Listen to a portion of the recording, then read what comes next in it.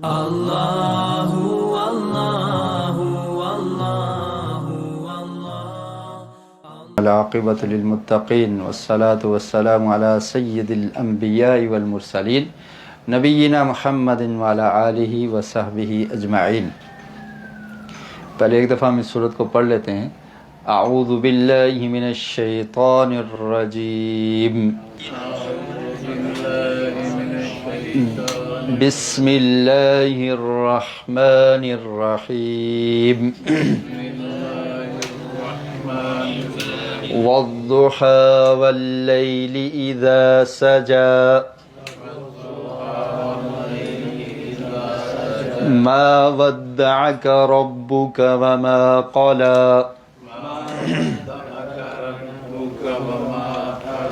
وللآخرة خير لك من الأولى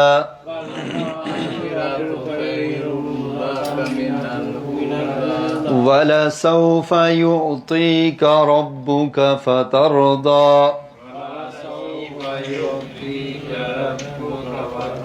أَلَمْ يَجِدْكَ يَتِيمًا فَآوَى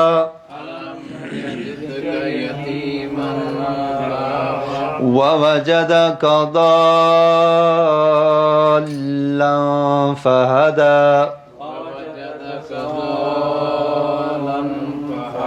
وَوَجَدَكَ عَائِلًا فَأَغْنَى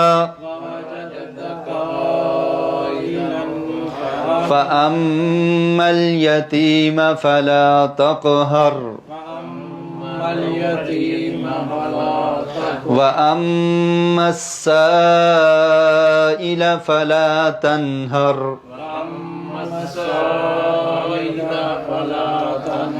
وَأَمَّا بِنِعْمَةِ رَبِّكَ فَحَدِّثْ۔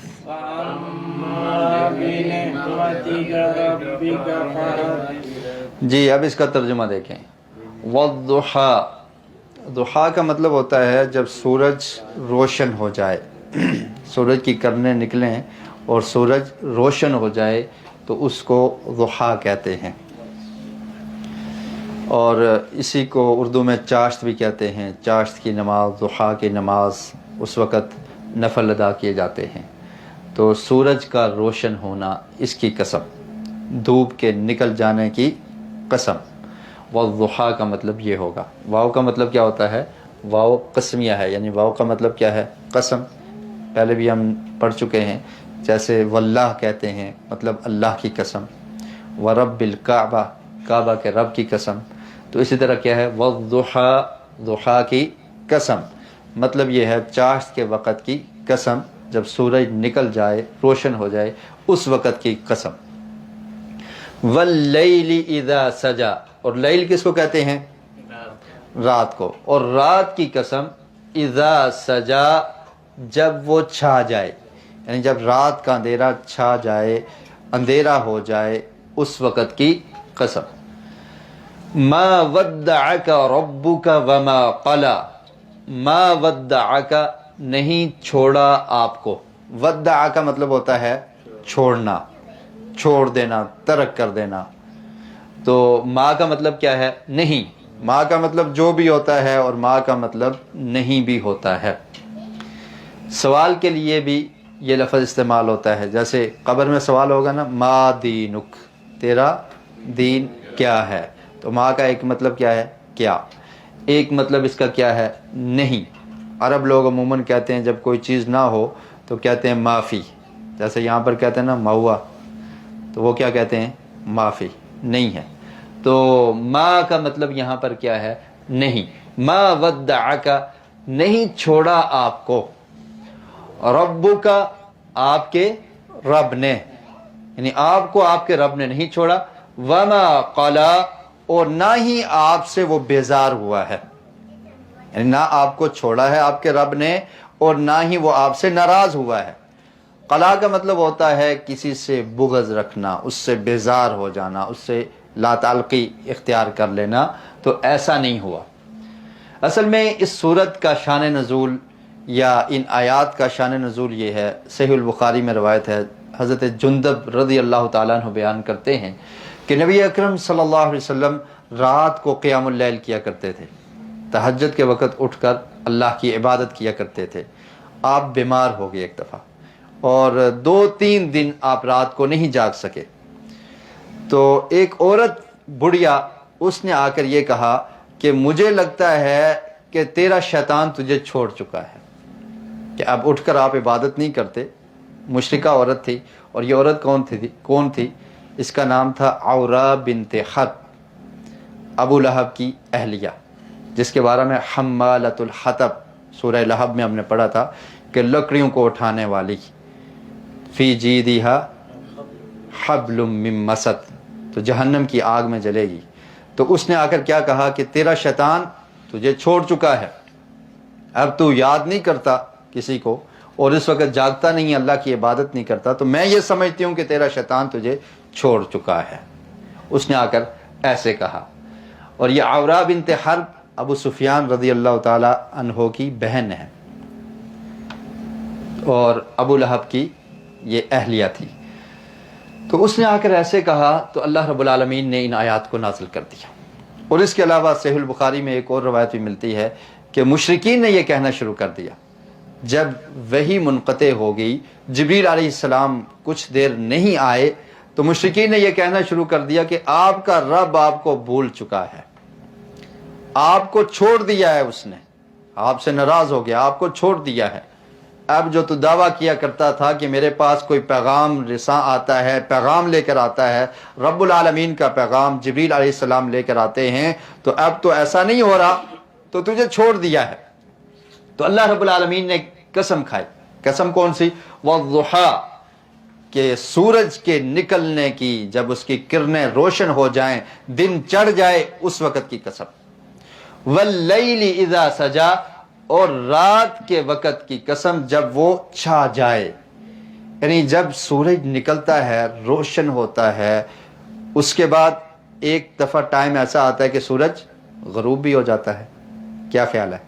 لیکن اس کا مطلب یہ نہیں ہے کہ سورج غروب ہوا تو اللہ تعالیٰ ناراض ہو گیا ہے۔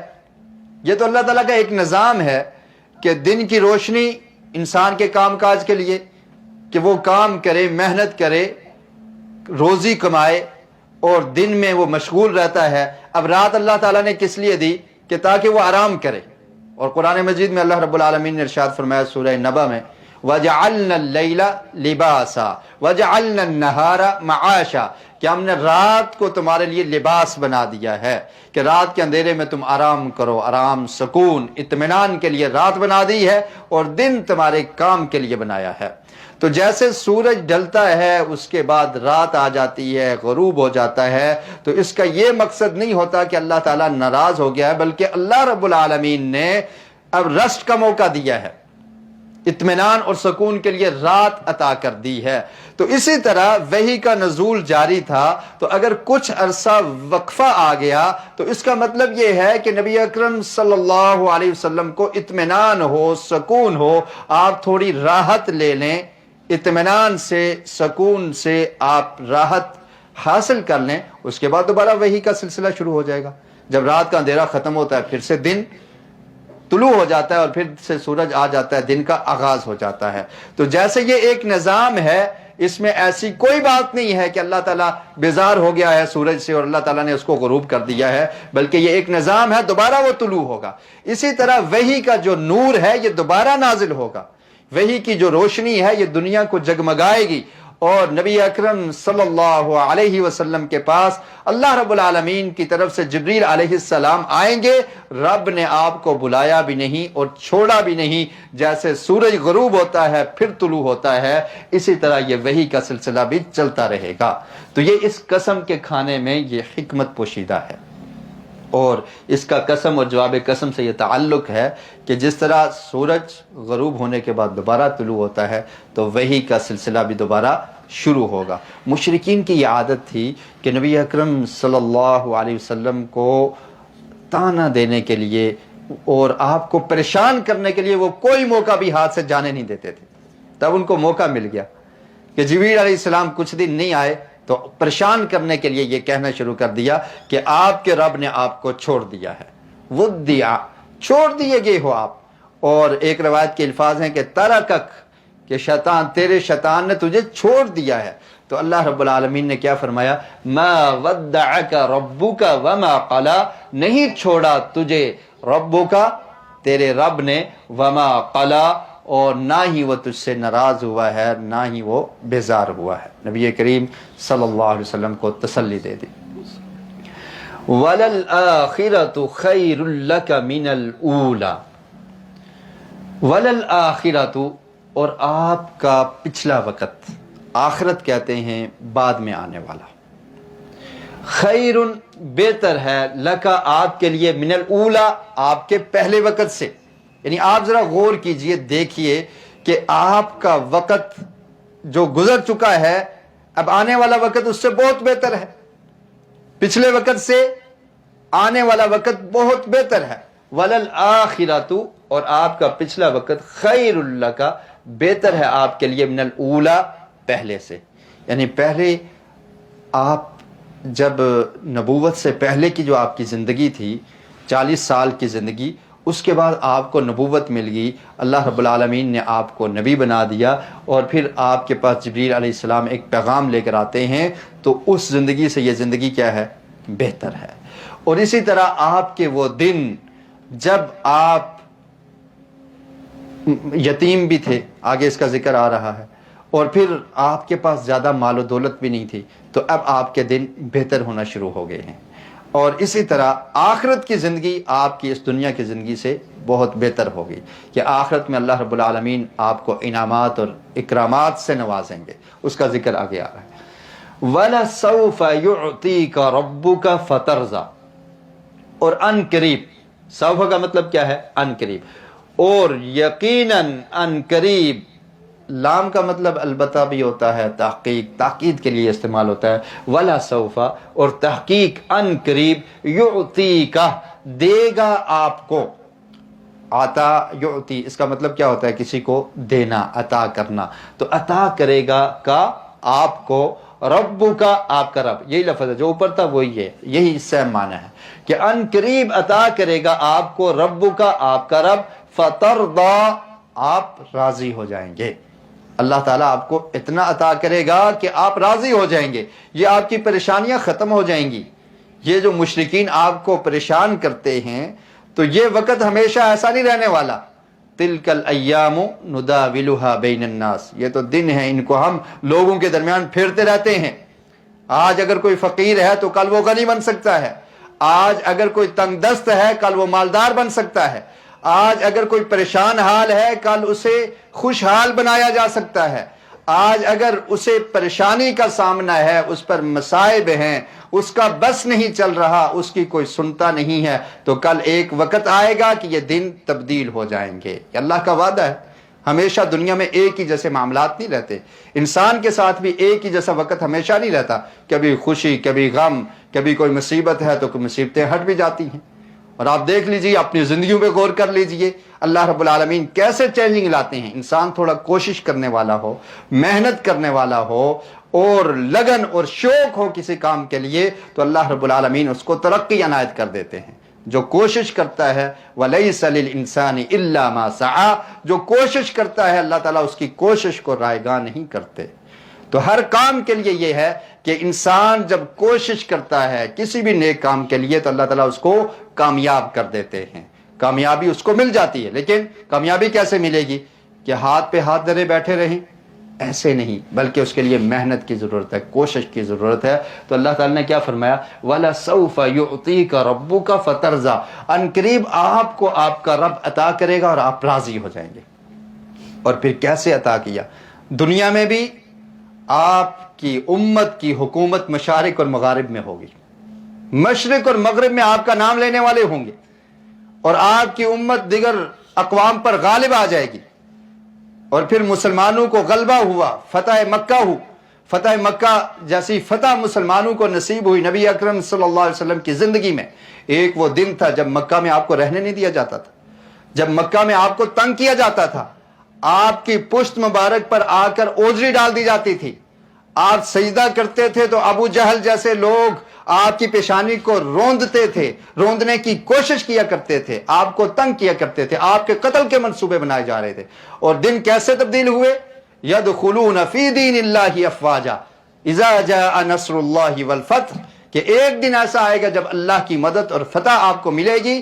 آپ دیکھیں گے وَرَأَيْتَ النَّاسَ يَدْخُلُونَ فِي دِينِ اللَّهِ أَفْوَاجًا، کہ لوگ فوج در فوج دین اسلام میں داخل ہوتے چلے جائیں گے، آپ کے سامنے آ کر معافیا مانگیں گے. اور پھر اللہ کے رسول نے فرمایا لا تثریب علیکم اليوم، آج میں تم سب کو معاف کرتا ہوں. تو یہ تھے اللہ رب العالمین کی مدد آ گئی، اللہ تعالیٰ نے آپ کو عطا کیا، آپ راضی ہو جائیں گے، آپ خوش ہو جائیں گے. اور یہ تو دنیا میں تھا. آخرت میں لواء الحمد اللہ کے رسول صلی اللہ علیہ وسلم کے پاس ہوگا، شفاعت کبریٰ، کہ آپ سفارش کریں گے.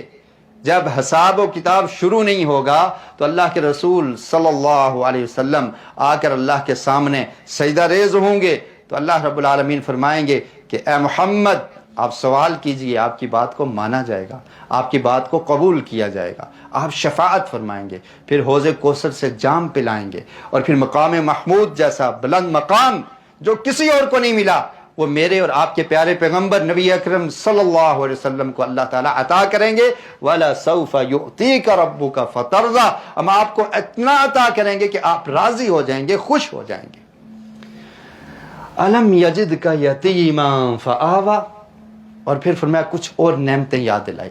انسان کو اس میں یہ بھی ہمارے لیے درس ہے کہ اپنی اوقات نہیں بولنی چاہیے. بس اوقات انسان کے پاس اگر مال و دولت آ جائے تو وہ غریبوں کو کیسے دھکے دیتا ہے، پیچھے ہٹ جاؤ، میں تو نسلی سیٹ ہوں، مجھے وراثت میں ملا ہے، ہمارے بڑے بھی ایسے تھے، ہم بہت مالدار لوگ ہیں، تم کیا مانگنے کے لیے آ جاتے ہو، کیوں تنگ کرتے ہو. انسان کا لب و لہجہ چینج ہو جاتا ہے. کس چیز نے چینج کر دیا؟ یہ مال نے، یہ ڈالرز نے اس کے لب و لہجے کو، اس کے سٹیٹس کو چینج کر دیا. کل وہ جن دوستوں کے ساتھ گھومتا تھا پھرتا تھا، آج ان کے ساتھ ہاتھ ملانا گوارا نہیں کرتا. اور دنیا میں ایسی ایسی مثالیں موجود ہیں کہ جب کسی انسان کو کوئی عہدہ اور سٹیٹس ملتا ہے وہ اپنے والدین کو بلا دیتا ہے کہ یہ بوڑھا کدھر سے آ گیا، میں نہیں جانتا. نوکروں کو کہتا ہے اس کو بھگا دو. بوڑھی والدہ آ گئی، میں نہیں جانتا اس کو. کیا ہے؟ انسان نے اپنی اوقات بلا دی کہ تم کیا تھے. اگر اللہ نے آج تجھے دے دیا ہے تو کون سی بڑی بات ہے، اللہ تعالیٰ چاہے تو چھین بھی سکتا ہے. تو نبی اکرم صلی اللہ علیہ وسلم کو اللہ رب العالمین نے یہ انعامات یاد کروائے. الم یجدک یتیمن فآویٰ، کیا آپ کو ہم نے نہیں پایا تھا یتیمن، یتیم؟ آپ جب دنیا میں آئے تو آپ یتیم تھے. آپ کا سہارا، آپ کے والد آپ کے سر پر موجود نہیں تھے. آپ رحم مادہ میں تھے، ماں کے پیٹ میں تھے، آپ کے والد وفات پا چکے تھے. جب پیدا ہوئے تو آپ یتیم پیدا ہوئے. الم یجدک یتیمن، کیا آپ یتیم نہیں تھے؟ فآویٰ، تو کس نے جگہ دی؟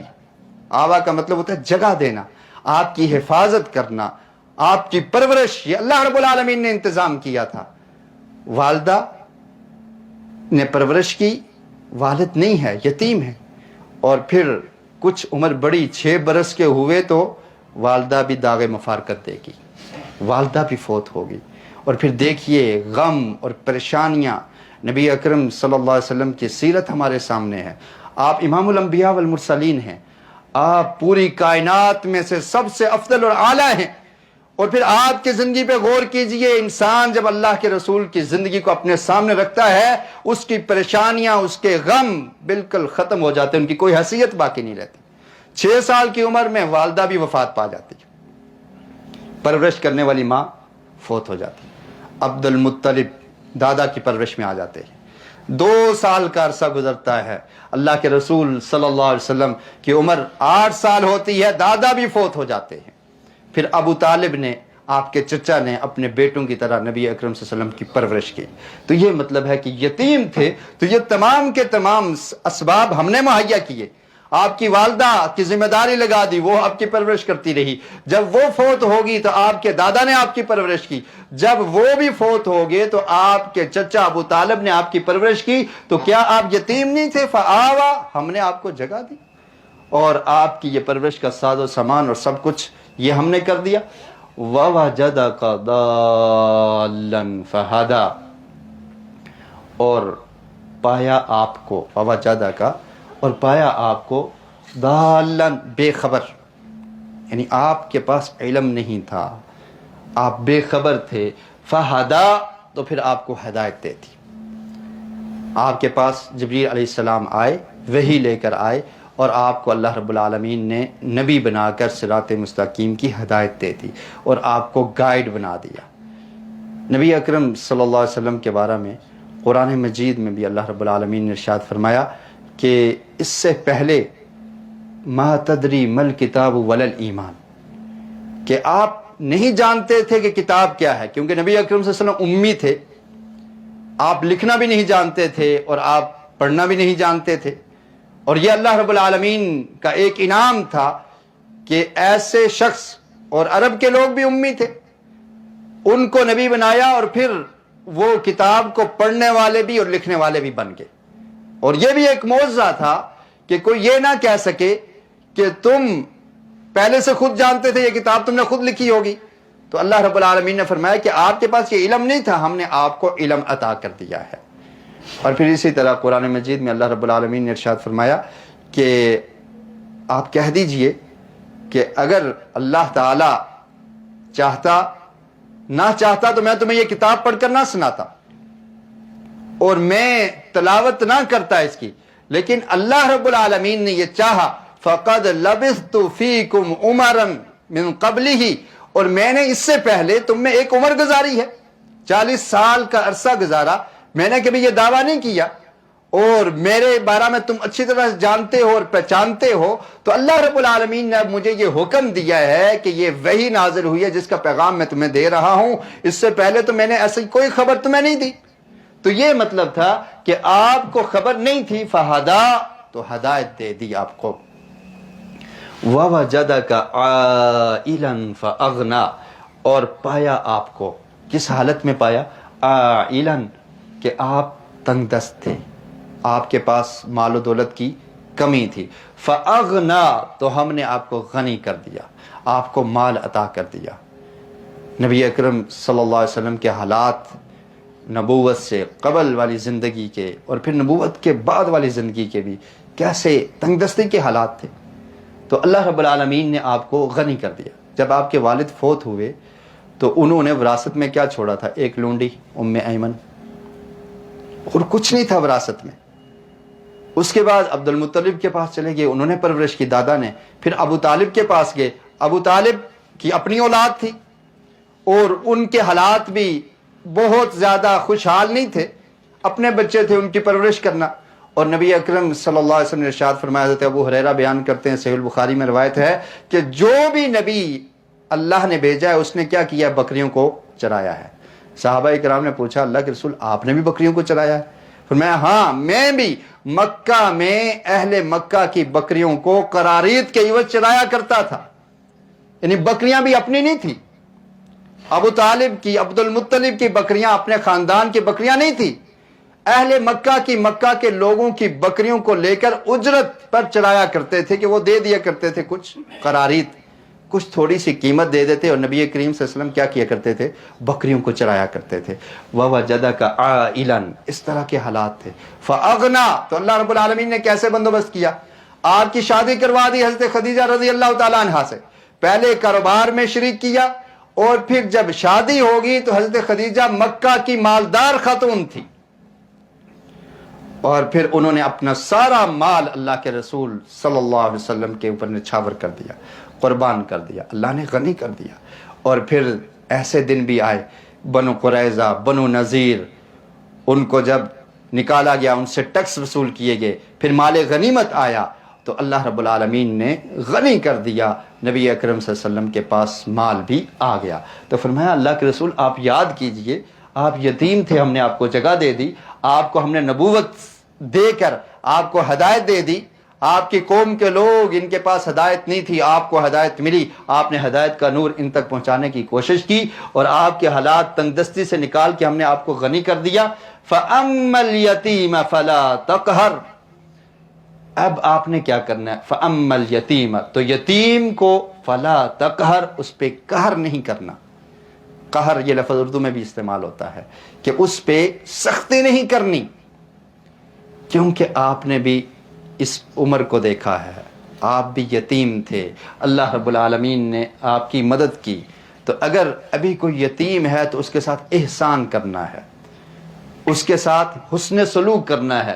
فَأَمَّا الْيَتِيمَ فَلَا تَقْهَرْ، یتیم کا خاص خیال رکھنا ہے، اس پر زیادتی نہیں کرنی، ظلم نہیں کرنا. اور اسی لیے آقا علیہ الصلوۃ والسلام نے ارشاد فرمایا تھا کہ جو شخص یتیم کی کفالت کرتا ہے تو وہ قیامت کے دن میرے ساتھ جنت میں ہوگا.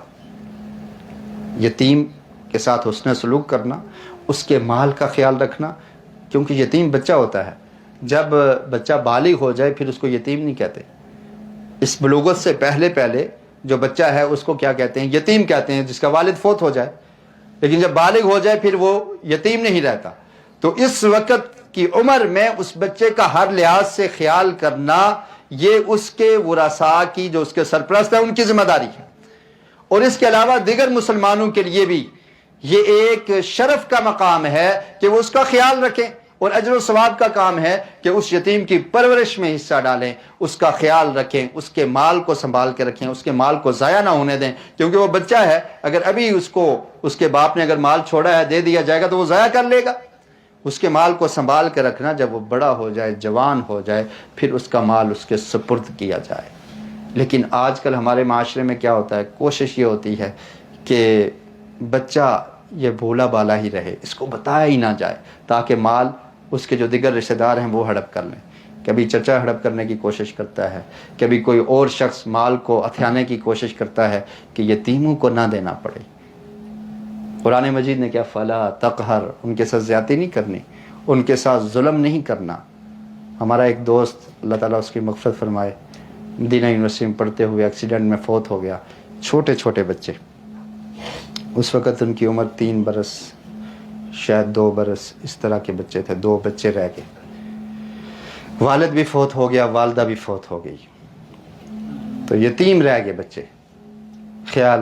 ان کا خیال رکھنے کے لیے ہمارے جو اسٹوڈنٹس تھے، جو اس کے دوست تھے اور دیگر ساتھی تھے، انہوں نے ایک رقم کو جمع کیا اور جمع کر کے اس کو رکھ دیا کہ جب بچے یہ بڑے ہوں گے تو ان کے سپرد کیا جائے گا، تاکہ ان کا مال محفوظ رہے. اپنی طرف سے کیا ان لوگوں نے. لیکن دنیا کا معاشرہ دیکھیں کہ مال کے لیے انسان کیسے لالچ کرتا ہے، کس طرح سے مال کے پیچھے بھاگنے کی کوشش کرتے ہیں لوگ. اب کچھ عرصہ ہی گزرا، جوان وہ شخص فوت ہو گیا، عالم دین شخص تھا، فوت ہو گیا. بچوں کی پرورش کرنے والا کوئی نہیں ہے. اب بچوں کے جو نانی نانا ہیں وہ کہتے ہیں یہ بچے ہمارے پاس رہیں گے، اور جو چاچے ہیں وہ کہتے ہیں بچے ہمارے پاس رہیں گے. اختلافات اور عدالت تک کیس پہنچ گئے کہ یہ ہمارے پاس رہیں، وہ مال کدھر ہے، اس کی جو وراثت ہے وہ کدھر ہے، ہمیں مل جائے. تو بچوں کی پرواہ نہیں ہوتی، مال کے پیچھے بھاگنا شروع کر دیتے ہیں لوگ. اور یہ بہت بڑی ذمہ داری ہوتی ہے کہ انسان کو جو ذمہ داری سونپی گئی ہے اس کا خیال رکھے، تب اس کو اجر ملے گا. اگر وہ ذمہ داری کو نبھاتا نہیں ہے تو پھر اس کی سزا بھی سخت ہے. فَأَمَّا الْيَتِيمَ فَلَا تَقْهَرْ، تو فرمایا جو یتیم ہے اس پر قہر نہ کیا کرو، زیادتی نہ کیا کرو. اور اللہ کے رسول کو فرمایا کہ آپ بھی اس وقت سے گزرے ہیں، لہٰذا یتیم کے ساتھ اچھا سلوک کرنا ہے. وَأَمَّا السَّائِلَ فَلَا تَنْهَرْ، اور جو سائل ہے، سوال کرنے والا، فَلَا تَنْهَرْ، تو اس کو جھڑکنا نہیں ہے، اس کو ڈانٹنا نہیں ہے کہ اگر آپ سے کوئی مانگتا ہے تو آپ اس کو ڈانٹ کر پیچھے ہٹا دیں. لوگوں کی ضروریات کا خیال کیا جائے. اسلام ہمیں اس چیز کا درس دیتا ہے. مسلمان کو سوشل ہونا چاہیے، اسے خیال ہونا چاہیے کہ کون ضرورت مند ہے، میں اس کی ضرورت کو پورا کر دوں. یہاں پر کیا فرمایا کہ اگر کوئی سوال کرنے والا آپ سے مانگتا ہے تو آپ اس کو دے دیں. سب سے بہترین صورت تو یہ ہے کہ آپ اس کو دے دیں. اگر آپ نہیں دے سکتے تو اس کے ساتھ اچھا برتاؤ کریں، معذرت کر لیں اچھائی کے ساتھ کہ میں نہیں دے سکتا، میرے پاس نہیں ہے طاقت، میرے پاس استطاعت نہیں ہے میں آپ کی مدد کرتا. اللہ سے دعا کر دیتا ہوں اللہ تعالیٰ غیب کے خزانے سے آپ کی مدد فرمائے. لیکن اس کو جھڑکنا، اس کو ڈانٹنا، ایسا نہیں کرنا. وَأَمَّا السَّائِلَ فَلَا تَنْهَرْ، جو سائل ہے، سوال کرنے والا ہے، اس کو جھڑکیے نہیں، اس کو جھڑکنا نہیں ہے، اس کو ڈانٹنا نہیں. وَأَمَّا بِنِعْمَةِ رَبِّكَ فَحَدِّثْ، تو یہ نعمتیں اللہ تعالیٰ نے گنوائی ہیں کہ کیا کیا انعامات ہم نے آپ پر کیے ہیں، اور آخرت میں آپ کو اور عطا کریں گے، آپ راضی ہو جائیں گے۔ اب یہ جو انعامات آپ پر ہوئے ہیں تو ان کو بیان کیجئے۔ جب بندہ انسان اپنے انعامات کو اپنی آنکھوں کے سامنے لاتا ہے کہ اللہ نے مجھ پر یہ احسان کیے ہیں، تو پھر اسے شکر کی توفیق ہوتی ہے، پھر وہ شکر کرتا ہے۔ تو اللہ رب العالمین نے پیارے رسول صلی اللہ علیہ وسلم کو کیا کہا؟ وَأَمَّا بِنِعْمَةِ رَبِّكَ، اور نعمت ربی کی، آپ کے رب کی نعمت، آپ کے رب کی جو نعمتیں ہیں، فحدث، تو آپ ان کو بیان کریں، آپ ان کا ذکر کریں، تاکہ جب آپ نعمت کو بیان کریں گے اور نعمت کو یاد کریں گے، پھر آپ اللہ کا شکر ادا کر سکیں گے۔ آیت کے اس حصے سے، اس میں تحدیث نعمت جس کو کہا جاتا ہے، اس کا ذکر ہے کہ انسان کے پاس اگر کچھ ہے تو وہ ظاہر ہونا چاہیے۔ یہ نہیں ہے کہ اگر انسان کے پاس مال و دولت ہے لیکن پھر بھی وہ خرچ ہی نہ کرے، پھر نعمت کا کیسے اظہار ہوگا؟ نہ اپنے جسم پر لگاتا ہے، نہ اپنے گھر والوں پر لگاتا ہے، نہ اپنے دوستوں پر لگاتا ہے، نہ غریبوں کو دیتا ہے، تو کیسے پتہ چلے گا کہ یہ شخص غنی ہے؟ کیسے پتہ چلے گا کہ اس کے پاس نعمت ہے؟ تو جو نعمت مل جائے اس کو بیان کیا جائے اور اظہار کیا جائے کہ یہ نعمت اللہ تعالیٰ نے مجھے دی ہے، اور ایسا کرنا، اس طرح سے انسان اللہ تعالیٰ کا شکر ادا کر سکتا ہے۔ اور اس آیت سے بعض لوگ یہ استدلال کرنے کی کوشش کرتے ہیں کہ عید میلاد النبی بنانا جائز ہے۔ دلیل کیا ہے؟ وَأَمَّا بِنِعْمَةِ رَبِّكَ فَحَدِّثْ۔ آپ نے پوری سورت سنی، اس میں اس طرح کا کوئی ذکر نہیں ہے، لیکن صرف اس ٹکڑے کو لے لیتے ہیں کہ اللہ نے پیارے رسول صلی اللہ علیہ وسلم کو کیا کہا کہ نعمت کو بیان کیجئے۔ تو اب اللہ کے رسول صلی اللہ علیہ وسلم بہت بڑی نعمت ہے انسانیت کے لیے، لہٰذا اس نعمت کو بیان کیا جائے گا، اور پھر ہر سال میلاد بنایا جائے گا، جلوس نکالے جائیں گے۔ حکم کیا ہے؟ قرآن مجید میں اللہ نے حکم دیا ہے، خود بدلتے نہیں ہیں، قرآن کو بدل دیتے ہیں، خود قرآن کو سمجھنے کی کوشش نہیں کرتے لیکن قرآن کو بدلنے کی کوشش کرتے ہیں۔ پہلا سوال یہ ہے کہ اس میں یہ حکم کس کو ہوا؟ فحدث، پہلا حکم یہ کس کو ہوا کہ نبی اکرم صلی اللہ علیہ وسلم آپ نے نعمت کو بیان کرنا ہے، آپ پر اللہ نے جو انعامات کیے ہیں، فحدث، ان کو بیان کیجئے۔ تو اللہ کے رسول صلی اللہ علیہ وسلم نے کیا اس آیت پر عمل کیا ہے یا نہیں کیا؟